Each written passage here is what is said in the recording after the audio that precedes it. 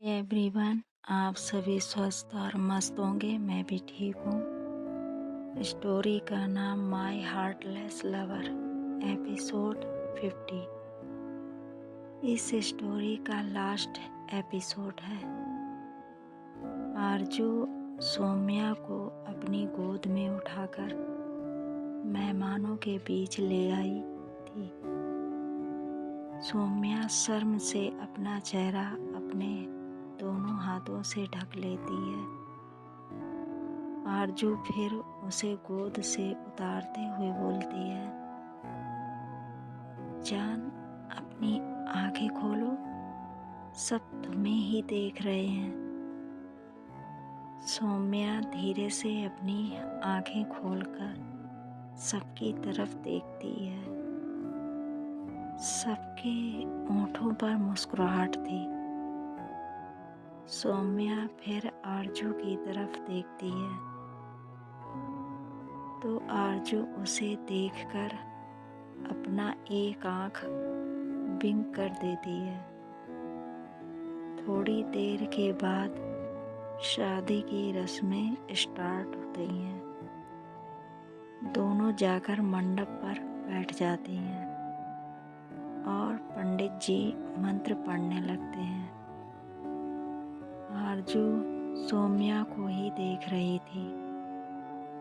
वहीं सौम्या भी बीच बीच में उसे देखकर मुस्कुरा देती है।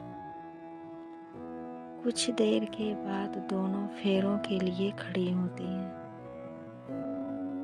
फेरे पूरे होने के बाद दोनों वापस मंडप पर बैठ जाती हैं।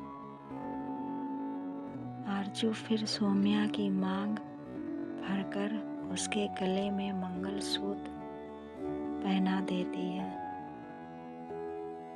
तो इसी तरह से दोनों शादी के पवित्र बंधन से बंध जाती हैं। नैना और अर्चिता की भी शादी हो चुकी थी। अगले दिन शिमला शहर आरजू की कार उसके घर के बाहर आकर रुकती है।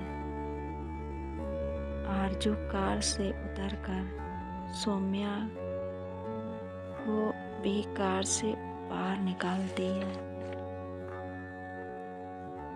और फिर उसका हाथ पकड़कर उसे दरवाजे के पास खड़ा करते हुए बोलती है, बेबी, तुम यहीं रुको, मैं अभी आई। यह बोलकर वह जल्दी से अंदर चली जाती है। कुछ देर के बाद वह बाहर आती है तो सौम्या उसे देखकर मुस्कुरा देती है, क्योंकि आरजू के हाथ में आरती की थाल और चावल भरा हुआ कलश था। आरजू उस कलश को सौम्या के पैरों के सामने रखती है और फिर उसकी आरती करते हुए बोलती है, सॉरी, मेरे परिवार में कोई नहीं है, मैं अकेली हूँ, इसलिए मुझे ही यह सब कुछ करना पड़ेगा। सौम्या उसकी बात सुनकर वापस मुस्कुरा देती है। आरजू फिर मुस्कुराकर आगे बोलती है, चलो अब इन चावल को गिराकर अंदर आ जाओ। सौम्या कहती है, आप भी आओ साथ में, घर के अंदर जाएंगे। आरजू आरती का थाल वहीं टेबल पर रखती है और मुस्कुराकर उसके साथ खड़ी हो जाती है। सौम्या धीरे से अपने पैर से चावल के कलश को गिराती है और दोनों अंदर जाते हैं। आरजू फिर सौम्या को अपनी गोद में उठाकर कमरे में ले जाती है। पूरा कमरा फूलों से सजा था। आरजू ने पहले ही अपनी ऑफिस की लड़कियों से बोल दिया था कि वो उसका कमरा सजा कर रखें। सौम्या कमरे को देखकर खुश हो जाती है और फिर आरजू की तरफ देखती है। आरजू उसे कमरे के अंदर लाकर धीरे से बेड पर बिठा देती है। आरजू भी उसके पास बैठ जाती है और अपना चेहरा उसके चेहरे के करीब लाने लगती है। तभी सौम्या यह देखकर उठकर जाने को होती है,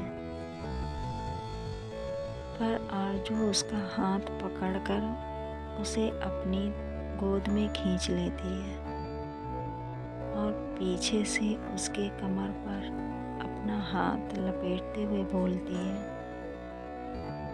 अब कहीं नहीं जाना है मुझे छोड़कर।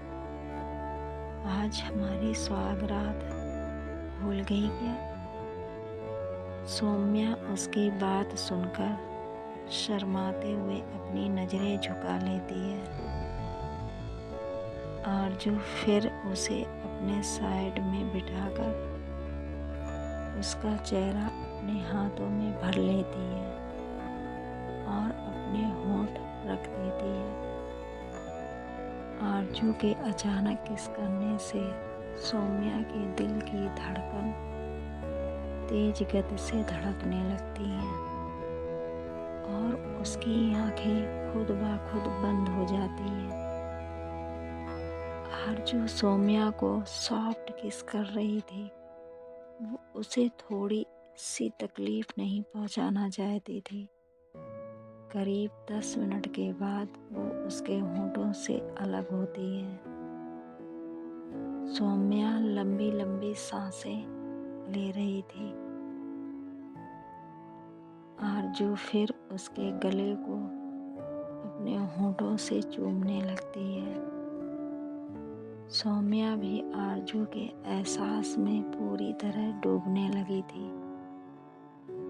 आरजू पीछे से अपना हाथ ऊपर करके सौम्या के ब्लाउज की डोर खोल देती है और उसने जो लहंगा पहना था वो भी निकाल कर फेंक देती है।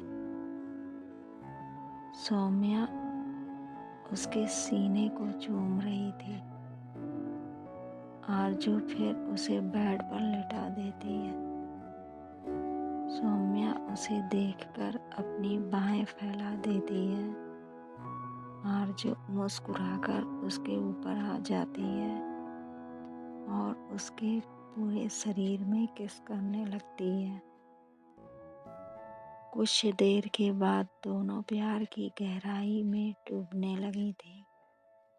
बाहर उस कमरे में बाहर से आती हुई ठंडी हवा दोनों के शरीर को छूकर गुजर रही थी। उस कमरे में अब दोनों की सांसों की आवाज़ सुनाई पड़ रही थी। आज दोनों पूरी तरह से एक हो चुके थे। तो इसी के साथ मेरी अब इस कहानी का सफ़र आज यहीं से ख़त्म होता है।